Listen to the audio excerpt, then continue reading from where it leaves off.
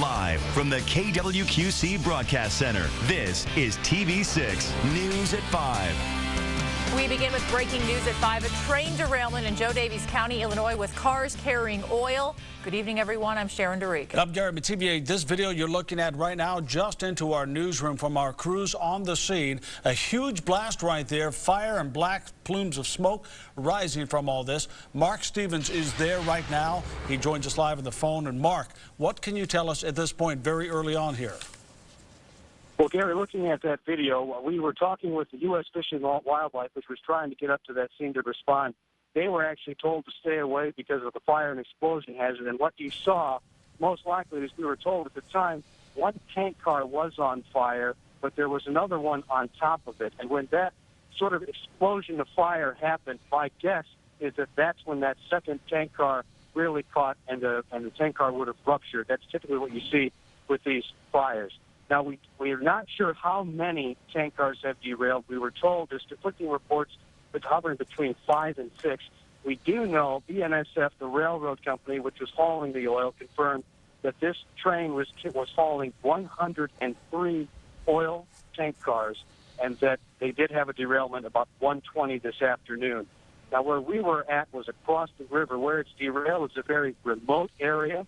It's basically where the Galena River meets the Mississippi River, and the rail line runs along the shore there. Now, we've done stories in the past where we've talked to emergency responders, and their big concern is the lack of access. We were looking at an aerial map. There really are no roads there, so it's very difficult to get fire crews there. Now, my U.S. Fish and Wildlife source did tell me that before we saw that large explosion, that all the fire crews had been pulled away from that scene because of the hazard, and that's what we kind of know at this point. Okay, Mark, a couple questions for you here. Just to set the scene for the folks at home, this is south of Galena in Illinois, north of Bellevue in Iowa. The video you are seeing shot from north of Bellevue from the Iowa side of the river, actually the best vantage point of this at this point. And of course now, Mark, the big question, what about the water? We talked here locally with Iowa American Water, and they have indicated that they have not been identified yet. What are your sources saying about the concerns of potential oil spill into the Mississippi River? Well, there's probably a good thing with the oil. Oil will float on water, and we are, at this point, it's so far above any of the Quad Cities water intakes. The drinking water suppliers would be paying attention to it, but they wouldn't have to be in panic mode at this current point in time. There is boom in the area. We don't know how much. The Dubuque Fire Department has access to the spill containment boom that you'd see. It may not be needed. There's a lot of ice on the river, and it was hard to tell from the aerial photograph just how close the rail line is to the actual water. There are some stretches where it's 10, 20, 30 feet. There's some stretches where it's right along the shore. So we don't have that known for sure. But if there were oil spilling into the river, it would take some time for it to reach any of the water supplies down in the Quad Cities. And of course, up in this area, there are no water suppliers that use the river for drinking water. And Mark, last question for you before we let you go gather some more details for us. You have done a lot of investigating for TV6 investigations on just this type of situation. What are we expecting now? Who's coming to help, and what can we expect in terms of emergency crews getting to this very remote area and getting this fire out? Well, we do know that there are hazmat crews from around the area. One of my sources actually comes from Wisconsin. They have a 3-county area hazmat zone, so they're on scene. So you're going to have fire departments, you're going to have the hazmat crews. The railroad would also have spill contractors and emergency crews themselves. When we last did a story on this, the railroad told us that according to one of their own maps, they had fire equipment in Galesburg and in Chicago. Those were the nearest spots we could find. Of course, those are some lengthy drives away from the situation. The Coast Guard will be coming onto scene because if there is any oil spilled into the river, that's, of course, their jurisdiction. And eventually EPA will also come here, depending on the spill, to basically create an incident command where there'll be someone who's in charge of gathering all this information. The first concern will be trying to figure out, do you let the fire burn itself out? How do you get the fire out? Because that's the main concern. With this oil being as hazardous as this, is flammable, It's the explosion hazard that's of imminent concern, followed second by any pollution to the river. All right, Mark. And again, when we check back in with you later in the newscast, we do know this is a remote location. We don't believe there are many homes in this area. We will continue to follow this story online and on air right here on KWQC. We'll check back in with Mark Stevens as he gets closer to get us more answers tonight. Live from the KWQC Broadcast Center, this is TV6 News at 6. We are covering breaking news tonight, a train derailment in Galena. Thanks for being here with us. I'm Paula Sands. And I'm Gary DTBA. Let's get the latest right now as you look at that explosion behind us. KWQC's Mark Stevens is live on the scene with the very latest for us right now. Mark? Gary, we're at the incident command location, which is not accident, but what you can see the plume of smoke from the still burning fire from that oil train. Now here at Incident Command, we've got all kinds of people here. There were 7 fire departments here earlier. Now we've got state police, we've got hazmat crews, the railroad is here, all kinds of environmental officials. We were told EPA is on its way from Chicago. The railroad is bringing in crews from Minneapolis as well as Chicago, all to respond to this train derailment and spill. Now we do have the city administrator of Galena here joining us, who's going to answer just a couple more questions for us. Mark, first, we know that there was derailment. How many cars actually derailed? There were 8 cars derailed on a 7,000-foot long train, and 2 of those cars are believed to be on fire. We have seen a couple of explosions already. We know that crews got pulled away from that because of the fire and explosion hazard, but it sounds like Galena was able to get there initially. Yeah, our fire crews and local hazmat crews were on the scene. They began actually attempting to extinguish the fire on the one crude car. They were, just as they started, the flames really took off, the smoke took off. They immediately backed off the scene and got away to a safe distance. Now we know from the aerial, Matt, that's a really remote area. I'm just curious, how did they get out there? Because there wasn't a direct road. There actually is a railroad service road that they're able to access, as well as our Galena River bike trail took them right to the site. Oh, how quickly were they able to get there once you guys got the call, do you know?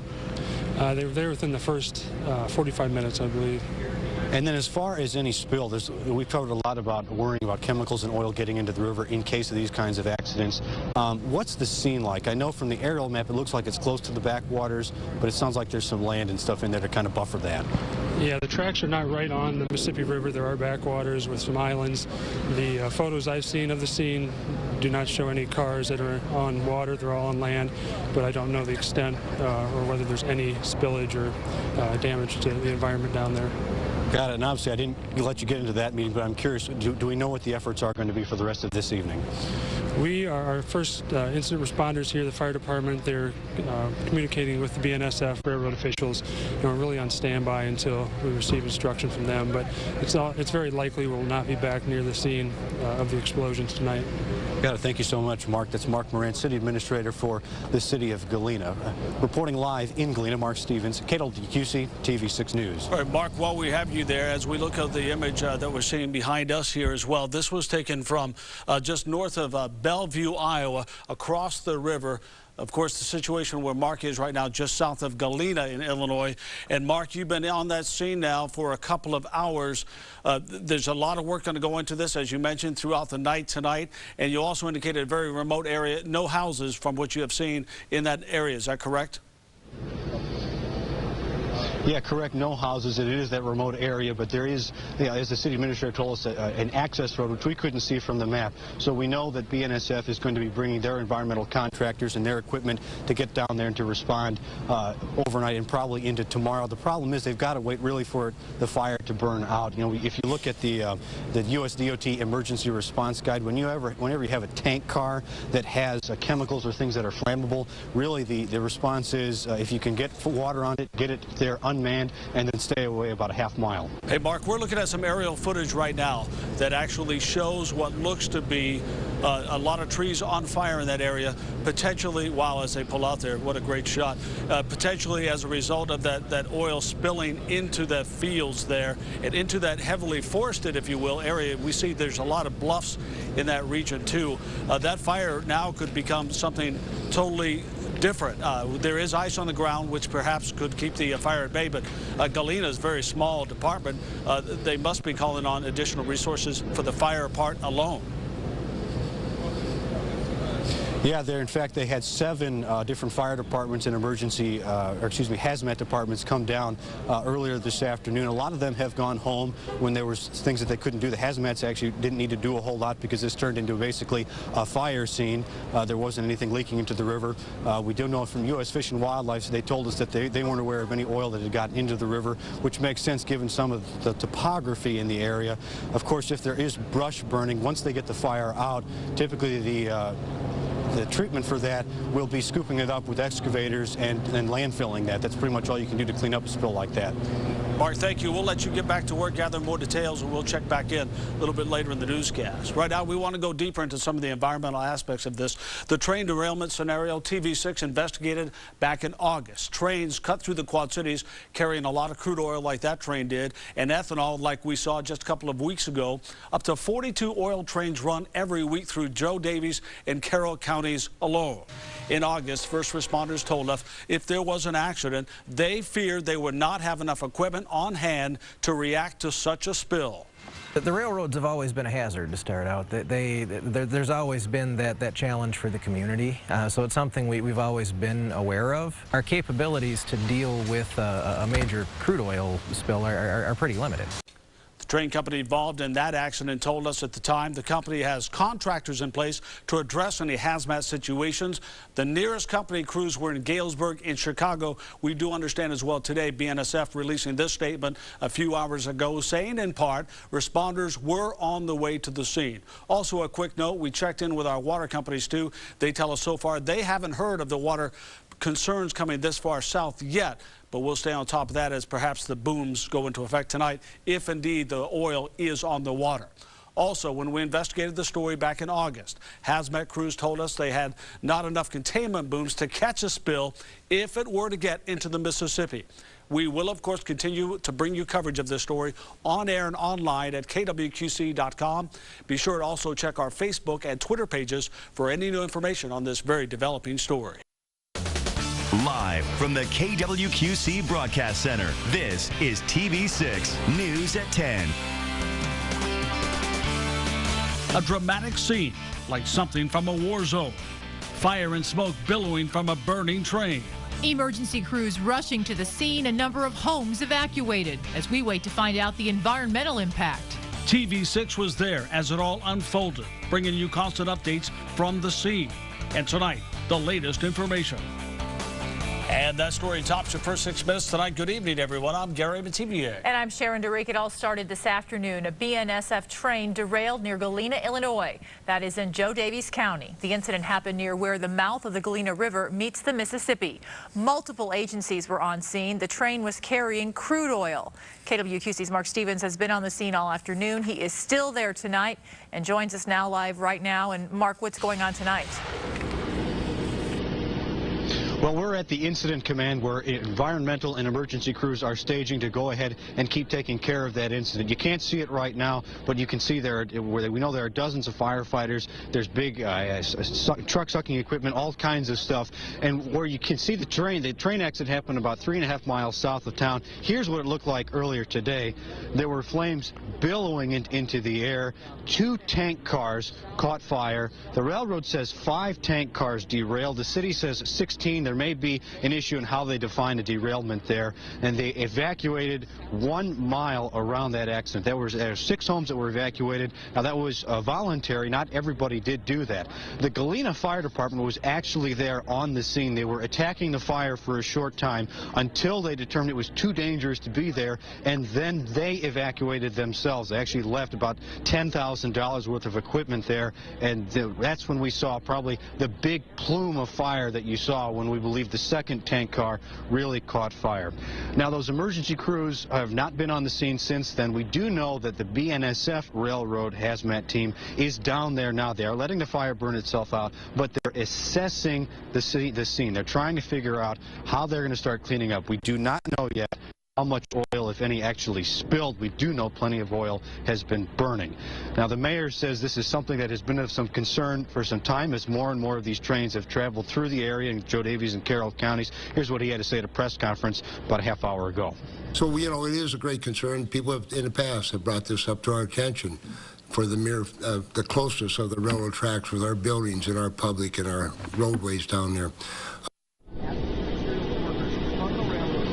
Now, at one point, there were 7 fire departments here, 50 or 60 firefighters. A lot of those have gone home this evening. Now it's really just the railroad crews that are determining what the next appropriate response is, and they'll give us more information as we find out. The EPA is on its way, and there will be more determinations about how to treat any surrounding spill as we move forward. Reporting live in Galena, Mark Stevens, KWQC, TV6 News. Mark, thank you for the latest tonight. Of course, every mode of oil transportation, be it a pipeline, ship, rail, or tanker truck, carries some risk. According to research into U.S. rail transportation of crude oil provided now to Congress, there has been a big increase now in companies using rail to transport supplies to U.S. markets. Take a look at this as we break it down for you tonight. In 2008, that's the number, 9,500 carloads of crude oil shipped via rail. Now compare that number to 2013. Watch the number jump. Big time jump there, 435,560 carloads then, roughly equivalent to 30 million barrels of oil. And in just the first half of this year so far, that number, 258,541 carloads of crude oil delivered by rail. That increase in volume can amount in part to, of course, more spills. Sharon? Last August, TV6 brought you an investigative report on this very scenario, what precautions are in place in the QCA if a derailment occurred. First responders told us then if there was an accident, there were concerns over having enough equipment on hand to react to a spill, including containment boom to catch a spill if it were to get into the Mississippi. While BNSF told us then there were contractors in place to address any hazmat situations, we discovered the nearest company crews were in Galesburg and Chicago, hours away. In Moline, there is a unique protection in place. The city has taken over a monitor that was part of a pilot program, testing whether mussels could help detect toxins in the river. A mussel is a pretty simple creature, but it's going to be able to monitor the river a lot easier than us fancy, sophisticated, we like to think, human organisms that we are. Moline now has its own mussels installed in the monitor at the Bettendorf American Energy power plant. The mussels filter food from the water. If they sense toxins, they close up. And when they do, an attached computer starts taking water samples. The system provides a critical tool in an emergency, extra time. KWQC did contact Iowa American Water, and as of 5 o'clock this evening, they had not yet been notified about today's incident. And responders here at home will be getting some help. BNSF releasing a statement saying, and quote this right here, part of this, a BNSF railway train derailed at about 1:20 p.m. Central Standard Time in a rural area south of Galena, Illinois. There are no injuries reported. BNSF responders are en route, and Illinois Governor Bruce Rauner has now activated a state incident response center to have state personnel and equipment prepared to deal with a crude oil derailment. He also deployed the Illinois Emergency Management Agency and Illinois Environmental Protection Agency officials are now headed to the scene.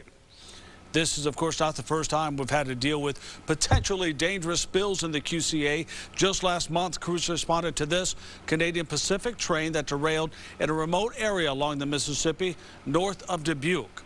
Several of the derailed cars were carrying ethanol, and that sparked a fire, which eventually burned itself out. Canadian Pacific officials said some ethanol did reach the water and monitoring sites were activated, but the material was said to have diluted. And in November of 2013, a towboat ran aground in LeClaire. The U.S. Coast Guard estimated about 2,100 barrels of oil product had to be cleared from the boat and the river. Crews worked on cleanup efforts in freezing temps for nearly 2 weeks before the boat was removed. This incident caused about $4 million in damage. We will, of course, continue to monitor this latest story and bring you continuing coverage online at KWQC.com and on Facebook and Twitter. And be sure to tune in tomorrow morning for Quad Cities Today at 4:30 for the very latest.